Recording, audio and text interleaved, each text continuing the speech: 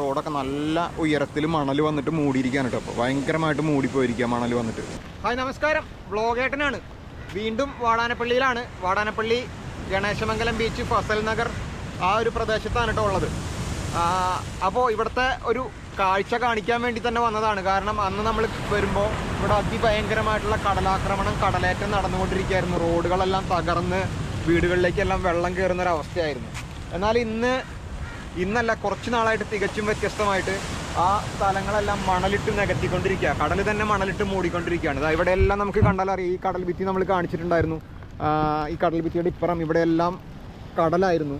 പക്ഷേ ഇവിടെ ഒരു കടൽ ഭിത്തി ഉണ്ടായിരുന്നു ആദ്യം. ആ കടൽ ഭിത്തി തകർത്ത് ആ കടൽ ഭിത്തിയുടെ കല്ലെല്ലാം എന്താ ഇവിടെ കൊണ്ട് കൂട്ടിയിട്ടുണ്ട്. കുറേ കല്ല് ഇവിടെ കൊണ്ട് കൂട്ടിയിട്ടുണ്ട്. കടൽ തന്നെ ചെയ്ത കാര്യമാണ്. ഈ കടൽ ഭിത്തിയുടെ ഇപ്പുറത്തും ഇപ്പോൾ കരയായിട്ടുണ്ട്. അതായത് ഇവിടെ മണലിട്ട് മൂടിയിട്ടുണ്ട് കേട്ടോ. അവിടെ ആ കല്ല് കെടുക്കുന്നിടത്തോളം ഇവിടെ സേഫായിട്ട് ഈ മണൽ ഇവിടെ ഇങ്ങനെ കെടുക്കും. അപ്പോൾ അങ്ങനെ കെടുക്കുന്നുണ്ട്. അതുപോലെ ഇങ്ങോട്ട് വരികയാണെങ്കിൽ ഇവിടെ ഒരു റോഡായിരുന്നു. അതായത് നേരെ വന്നിട്ട് അവിടെ നിന്ന് ഇങ്ങോട്ടൊരു റോഡായിരുന്നു. ആ റോഡാണ് നേരെ ഇങ്ങനെ ഈ കടൽ ഭിത്തിയിലേക്ക് ഇങ്ങനെ വന്നിരുന്നത്. ആ റോഡെല്ലാം മണലിട്ട് മൂടിപ്പോയിട്ടാ, കംപ്ലീറ്റ്ലി മൂടിപ്പോയി. അപ്പോൾ ഈ റോഡ് ഇങ്ങനെ വന്നു കഴിഞ്ഞാൽ ഇവിടെ അവസാനിക്കുക എന്ന് പറഞ്ഞാൽ ഇവിടെ നിന്ന് അങ്ങോട്ട് റോഡ് ഉണ്ടായിരുന്നതാണ്. അത് മുന്നേ പോയതാണ് കേട്ടോ. കഴിഞ്ഞ മുന്നത്തെ വർഷമൊക്കെ ആയിട്ട് പോയതാണ്.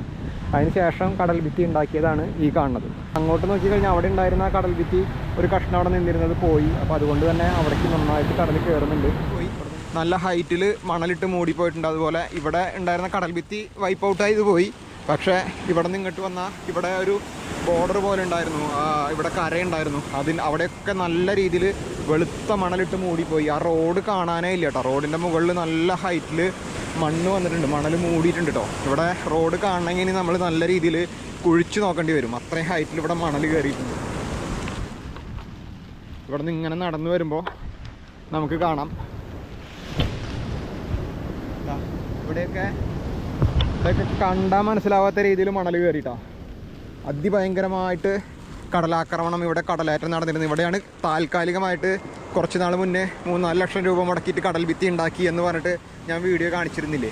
നിങ്ങൾക്ക് മറന്നുപോയെങ്കിൽ ഞാൻ ജസ്റ്റ് ഒന്ന് അത് ഇവിടെ കാണിക്കാം. ഇത് ഇപ്പോൾ താൽക്കാലികമായിട്ട് കൊണ്ടിട്ട കുറച്ച് കല്ലുകളാണ് കേട്ടോ.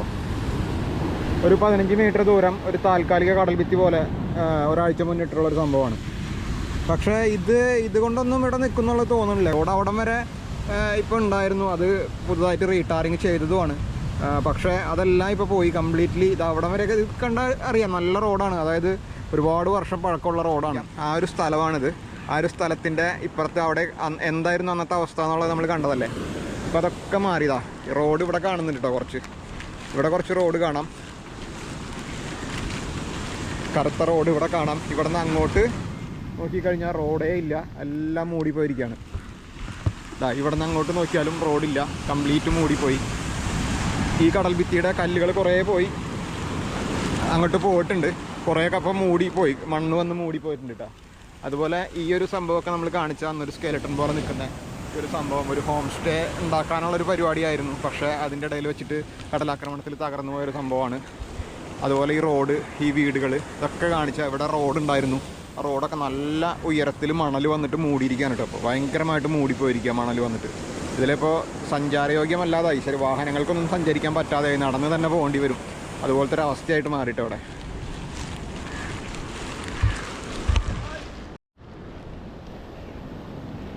കണ്ടോ, ഭയങ്കര ഹൈറ്റിൽ, നല്ല ഹൈറ്റിൽ മണൽ കയറിയിട്ടാണ്. ഇവിടം വരെ അന്ന് കുഴിച്ച് വന്നതാണ്. ഇവിടെ വരെ കുഴിച്ച് വന്നിട്ട് ഇതിലാണ് വെള്ളം ഒഴുകിയിരുന്നത്. വെള്ളം ഒഴുകിയിരുന്ന സ്ഥലമാണ്. പക്ഷെ അതൊക്കെ പോയി, അതൊക്കെ മൂടിപ്പോയി. അവിടെ അങ്ങോട്ട് നോക്കിക്കഴിഞ്ഞാൽ അവിടെയാണ് റോഡ് തകർന്ന സ്ഥലം. നമുക്ക് എന്തായാലും അങ്ങോട്ട് നടക്കാട്ടോ. ഇവിടെ ഒരാൾ ചൂണ്ടയിടുന്നുണ്ട്.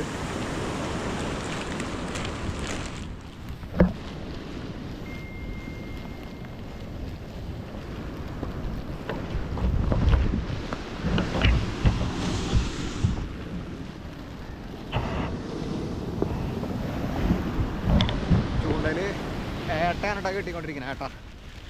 ഇവിടെ ഒരു വീടുണ്ട്. ഇതിലൊക്കെ നമ്മളന്ന് വന്നതാണ്. എനിക്ക് വണ്ടി കൊണ്ടുവരാൻ പറ്റാണ്ട് വണ്ടി ഞാനിവിടെ വെച്ചിട്ട് അങ്ങോട്ട് നടന്നതാണ്. ഇവിടെ വരെ എനിക്ക് വണ്ടി കൊണ്ടുവരാൻ പറ്റിയിരുന്നു അന്ന്. പക്ഷേ ഇപ്പോൾ അതും പറ്റില്ല. റോഡാണ് ഈ കാണുന്നത്. കണ്ടോ, ഇവിടെ ഇങ്ങനെ നോക്കിക്കഴിഞ്ഞാൽ നല്ല രീതിയിൽ മണൽ കയറിയിട്ടുണ്ട് കേട്ടോ. നമുക്ക് ശരിക്കും മനസ്സിലാവും നല്ല രീതിയിൽ ഇവിടെ മണൽ കയറിയിട്ടുണ്ട് എന്നുള്ളത്. ഇതൊക്കെ ഇവിടെയൊക്കെ നമ്മളന്ന് കണ്ടതാണ്. ആ കണ്ട സ്ഥലമേ അല്ല എന്നുള്ള രീതിയിലായിട്ടാണ് ഇപ്പോൾ. ഇവിടെയൊക്കെ നല്ല രീതിയിൽ മണൽ കയറി. അതായത് അന്ന് അത്രയും മണലെടുത്തുകൊണ്ട് പോകുമായിരുന്നു. മണലെടുത്തുകൊണ്ട് പോയി കുഴിച്ചെടുത്ത് റോഡിനടക്കം കുഴിച്ച് കൊണ്ടുപോകുമായിരുന്നു. പക്ഷേ ഇപ്പോൾ അതെല്ലാം തിരിച്ച് മണലല്ല, അതിനേക്കാൾ കൂടുതൽ മണലിനിങ്ങനെ തിരിച്ച് കൊണ്ടുവന്നുകൊണ്ടിരിക്കുക. പക്ഷേ ഇവിടുത്തെ റോഡിൻ്റെ അവസ്ഥ കാണാം. ആ അന്ന് വീണ തെങ്ങുകളും ഒക്കെയാണ് ഈ കിടക്കുന്നത്. തെങ്ങിൻ്റെ മുകളിലൊക്കെ കണ്ടോ മണൽ വന്ന് കയറി മൂടണ കണ്ടോ. തെങ്ങിനൊക്കെ മണൽ മൂടി. ഈ വീണ് കിടക്കുന്ന തെങ്ങുകളൊക്കെ മണൽ മൂടിക്കൊണ്ടിരിക്കുകയാണ് കണ്ടോ. റോഡിനെയും മണൽ മൂടി. ഇവിടുത്തെ റോഡ് നമ്മൾ എന്ത് കണ്ടതല്ലേ. ഞാൻ ജസ്റ്റ് ഒന്ന് കാണിക്കാം അന്നത്തെ ഒരു കാഴ്ച.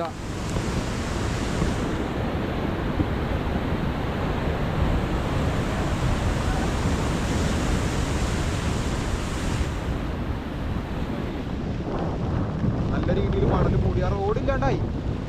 റോഡ് എന്ന് പറയാൻ ഇനി ഇല്ല. റോഡ് ഉണ്ടായിരുന്നു എന്നുള്ളത് ഇവിടെയൊക്കെ കുറേശ്ശെ കാണാം. റോഡ് ഇവിടെയൊക്കെ ഭയങ്കരമായിട്ടുള്ള കുഴിയായിരുന്നു. ഈ റോഡിൻ്റെ ഇപ്പുറം ഭയങ്കര കുഴിയായിരുന്നു. ഞാൻ ആ കുഴിയിൽ ഇറങ്ങിയിട്ടൊക്കെയാണ് കാഴ്ചകളന്ന് കാണിച്ചു തന്നിരുന്നത്. പക്ഷേ ഇപ്പം നോക്കിക്കഴിഞ്ഞാൽ ഇതാണ് അവസ്ഥ. ഇവിടെയൊക്കെ മണൽ നല്ലതുപോലെ കയറിയിട്ടുണ്ട് കേട്ടോ. നല്ലതുപോലെ മണൽ കയറിയിട്ടുണ്ട്.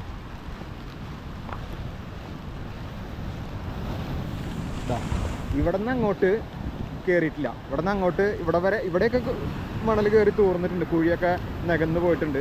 പക്ഷെ ഇവിടെ നിന്ന് അങ്ങോട്ട് അങ്ങനെ ആയിട്ടില്ല. ഇവിടെ നിന്ന് അങ്ങോട്ട് റോഡ് തകർന്ന ആ ഒരു കാഴ്ച തന്നെയാണ് കാണാനുള്ളത് കേട്ടോ. കണ്ടോ, ഇവിടെ നിന്ന് അങ്ങോട്ട് നോക്കുകയാണെങ്കിൽ റോഡ് തകർന്ന് ഇങ്ങനെ കിടക്കുകയാണ്.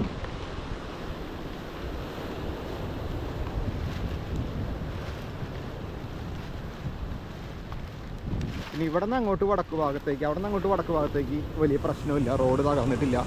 വലിയ പ്രശ്നങ്ങളില്ലാതെ കിടക്കുന്നുണ്ട്. ഇതിലൊക്കെ നടക്കാൻ തന്നെ ഗ്യാപ്പില്ലാത്തൊരവസ്ഥയായിട്ട് ഇവിടെയൊക്കെ ഉണ്ടോ. ഇതിലെ അങ്ങോട്ടൊരു റോഡ് പോകുന്നുണ്ട് കണ്ടോ. ഇതങ്ങോട്ട് പോകുന്ന റോഡ്. ഈ റോഡ് ശരിക്കും പറഞ്ഞാൽ മുമ്പ് നമ്മുടെ ചേറ്റുവ അഴിമുഖം വരെയും ഇവിടെ നിന്ന് കണക്ഷൻ ഉണ്ടായിരുന്നു. ഇവിടെ നിന്ന് എത്താൻ പറ്റുമായിരുന്നു. പക്ഷേ ഇപ്പോൾ ആ കണക്ടിവിറ്റി എല്ലാം പോയി. ഇതങ്ങോട്ട് കയറി കഴിഞ്ഞാൽ ഇതൊക്കെ നമ്മളന്ന് കാണിച്ചതാണ്. വീടും സംഭവങ്ങളൊക്കെ അവിടെയൊന്നും വലിയ വ്യത്യാസം വന്നിട്ടില്ല. അവിടെയൊക്കെ അത്യാവശ്യം കുഴി തന്നെയാണ്. ഇവിടെയൊക്കെ കുഴിയായിട്ട് കിടക്കുക തന്നെയാണ് കേട്ടോ. പക്ഷേ ഇവിടെ നിന്ന് അങ്ങോട്ട് നല്ലതുപോലെ മണലിട്ടിട്ടുണ്ട്. അപ്പോൾ ഇതിൽ ഞാൻ പറയുന്ന ഒരു കാര്യം, അങ്ങനെ കടലെടുത്തു പോയ സ്ഥലങ്ങൾ കടൽ തന്നെ മണലിട്ട് നികത്തി എന്ന് വേണമെങ്കിൽ പറയാം. പക്ഷേ അതൊരിക്കലും ഒരു ആശ്വാസമല്ല. നമ്മൾ ചിന്തിക്കുമ്പോൾ കടലാക്രമണം നിന്നു, അല്ലെങ്കിൽ കടലിൽ നിന്ന് വെള്ളം കയറൽ നിന്നു, ആശ്വസിക്കാം എന്നുള്ള ഒരു സംഭവം ഉണ്ടെങ്കിലും, പക്ഷേ ഈ മണലിട്ട് മൂടി എന്ന് പറയുന്നത് ഒരിക്കലും നമുക്ക് ആശ്വസിക്കാൻ പറ്റുന്ന ഒരു കാര്യമല്ല.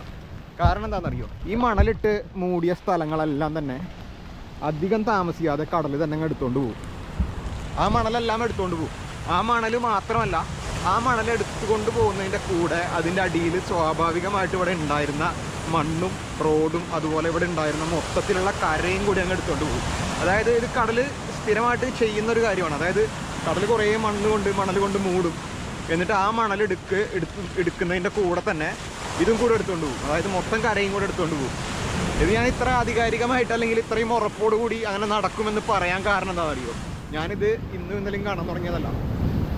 എൻ്റെ നാട്ടിൽ തൊട്ടപ്പുറത്തെ പഞ്ചായത്ത്, ഏങ്ങണ്ടിയൂർ പഞ്ചായത്തിൽ ഈ സെയിം സംഭവമാണ് നടന്നുകൊണ്ടിരുന്നത്.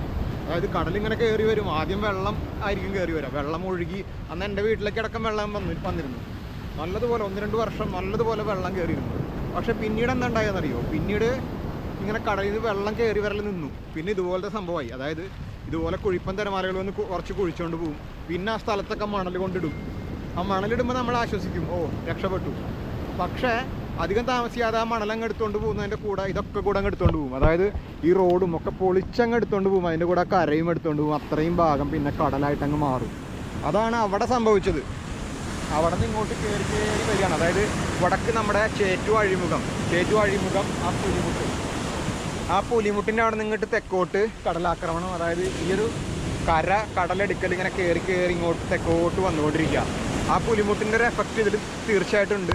അപ്പോൾ ഇങ്ങനെ കയറിക്കൊണ്ടിരിക്കുക. അപ്പോൾ ഏങ്ങണ്ടിയൂർ ഓൾമോസ്റ്റ് ആ ഒരു ലെവലുണ്ട്, കടൽ തീരുമാനിച്ചിട്ടുള്ളൊരു ലെവൽ എന്ന് വേണമെങ്കിൽ പറയാം. ആ ഒരു ലെവലിൽ കടലെടുത്ത് കടലായി മാറി. പക്ഷേ ഇപ്പോൾ ഈ വാടാനപ്പള്ളി ഭാഗം കുറച്ചങ്ങോട്ട് കയറിയിട്ടാണ് നിൽക്കുന്നത്. അതായത് ആ ലെവലിനെ വിട്ട് കുറച്ചങ്ങോട്ട് കയറിയിട്ടാണ് നിൽക്കുന്നത്. അപ്പോൾ അതും കൂടെ ആ ലെവലിലേക്ക് കൊണ്ടുവരും.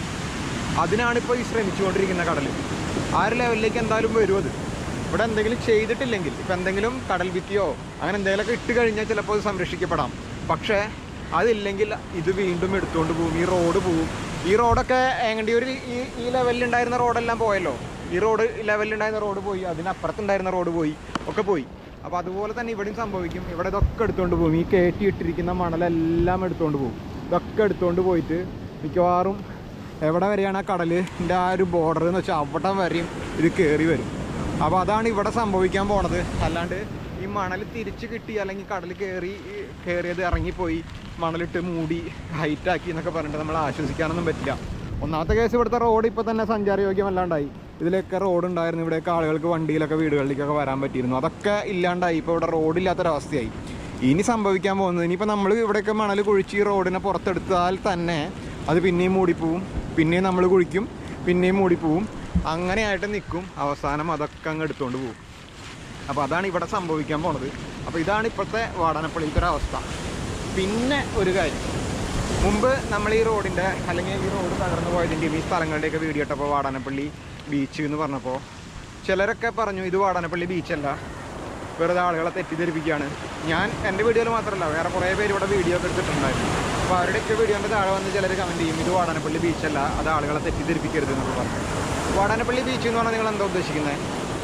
വാടാനപ്പള്ളി ബീച്ച് എന്ന് പറഞ്ഞാൽ നമ്മുടെ തളിക്കുളത്ത് നിന്ന് വന്ന് ആ സ്നേഹതീരം കഴിഞ്ഞ് തമ്പാങ്കടവ് ബീച്ച്, ഓഹോ ബീച്ച് ഇതൊക്കെ കഴിഞ്ഞ് ഇങ്ങനെ കുറച്ച് വരുമ്പോൾ നല്ല മനോഹരമായിട്ടുള്ള റോട്ടിൽ കൂടെ ഇങ്ങനെ വന്ന് കുറേ ദൂരം അവിടെ കുറേ കടകളും കച്ചവടങ്ങളും ഒക്കെ ആയിട്ട് ഇങ്ങനെ വരുന്ന ഒരു സ്ഥലമുണ്ട്. ആ ഒരു സ്ഥലം മാത്രമാണോ നിങ്ങൾ വാടാനപ്പള്ളി ബീച്ച് എന്ന് ഉദ്ദേശിക്കുന്നത്? എന്നാൽ അത് മാത്രമല്ല, ഇതൊക്കെ അതിൻ്റെ ഭാഗം തന്നെയായിരുന്നു. ആ റോഡ് അവിടെ വരെയല്ല, ആ റോഡ് ഇങ്ങനെ പോയിട്ട് ഇതിലേ പോയി ഏങ്ങണ്ടിയൂർ പഞ്ചായത്തിൻ്റെ ബോർഡർ വരെയും വാടാനപ്പള്ളി തന്നെയായിരുന്നു. ഇവിടെ വരെ ബീച്ച് റോഡ് ഉണ്ടായിരുന്നു. ഇതൊക്കെ വാടാനപ്പള്ളി ബീച്ച് തന്നെയായിരുന്നു. ഇത് തകർന്നു പോയി ഇങ്ങോട്ടുള്ള കണക്ടിവിറ്റി നഷ്ടപ്പെട്ടു. അതായത് അവിടെ കണക്ടിവിറ്റി മുറിഞ്ഞതുകൊണ്ട് ഇങ്ങോട്ട് ആളുകൾക്ക് വരാൻ പറ്റാണ്ടായി. അപ്പോഴാണ് ഇത് വാടാനപ്പള്ളി ബീച്ച് അല്ലാതെ നിങ്ങൾക്ക് മാറിയത്. അതിനു മുമ്പ് ഇതും വാടാനപ്പള്ളി ബീച്ച് തന്നെയായിരുന്നു. അപ്പോൾ ഈ വാടാനപ്പള്ളി ബീച്ച് എന്ന് ഞാൻ പറയുമ്പോൾ വാടാനപ്പള്ളിയിലെ ഇപ്പോൾ കച്ചവടവും കാര്യങ്ങളൊക്കെ നടക്കുന്ന ആ ഒരു സ്ഥലം മാത്രമല്ല, ഇപ്പോൾ ഞാൻ പറഞ്ഞല്ലോ ഈ ചേറ്റുവെന്ന് തുടങ്ങി ഇങ്ങനെ തള്ളി വന്ന് ഇവിടം വരെ എത്തിയെന്ന് കടലാക്രമണം. ഇനി അങ്ങോട്ട് വരാൻ പോകുന്നത് അങ്ങോട്ടാണ്. ഈ പറയുന്ന മനോഹരമായിട്ടുള്ള ടൂറിസം ഡെവലപ്മെൻ്റ് ഒക്കെ നിങ്ങൾ ഗവൺമെൻറ് ഉദ്ദേശിക്കുന്ന വാടാനപ്പള്ളി ബീച്ച്, ഓഹോ ബീച്ച്, സ്നേഹതീരം ആ ഭാഗത്തേക്കൊക്കെയാണ് ഇനി ഈ കടലാക്രമണം കയറി പോകാൻ പോകുന്നത്. അത് ഉറപ്പായിട്ടും വരും. കാരണം അധികം വർഷമൊന്നും എടുക്കില്ല. ഇപ്പോൾ കുറച്ച് വർഷങ്ങളെ കൊണ്ട് 5-10 വർഷങ്ങൾ കൊണ്ട് ഇത്രയും എത്തിയെങ്കിൽ ഇനി അങ്ങോട്ട് ഇങ്ങനെ കയറി പോകാം. അതിനെന്തെങ്കിലും ചെയ്തിട്ടില്ലെങ്കിൽ ഉറപ്പായിട്ടും ഈ പറയുന്ന വാടാനപ്പള്ളി, നിങ്ങൾ മനോഹരമായിട്ട് കാണുന്ന ഈ വാടാനപ്പള്ളി ബീച്ച് റോഡും സ്നേഹതീരവും ഓഹോ ബീച്ചും ഇതൊക്കെ പോവും. അപ്പോൾ അതാണ് ഇവിടുത്തെ അവസ്ഥ. ഗവൺമെൻറ്റുകൾ, അധികാരികൾ ഇതിൽ ശക്തമായിട്ടുള്ള ഇടപെടൽ നടത്തിയിട്ടില്ലെങ്കിൽ, ഇപ്പോൾ കടലാക്രമണം നിന്നല്ലോ എന്ന് കരുതിയിട്ട് ഒന്നും ചെയ്യാതിരിക്കരുത്. കാരണം ചെയ്യാൻ പറ്റുന്ന സമയത്ത് എന്തെങ്കിലും ചെയ്തിട്ടില്ലെങ്കിൽ ഇവിടെ ഉറപ്പായിട്ടും ഇങ്ങനൊരു നാട് തന്നെ ഈ ഭൂപടത്തിൽ ഇല്ലാണ്ടാവും.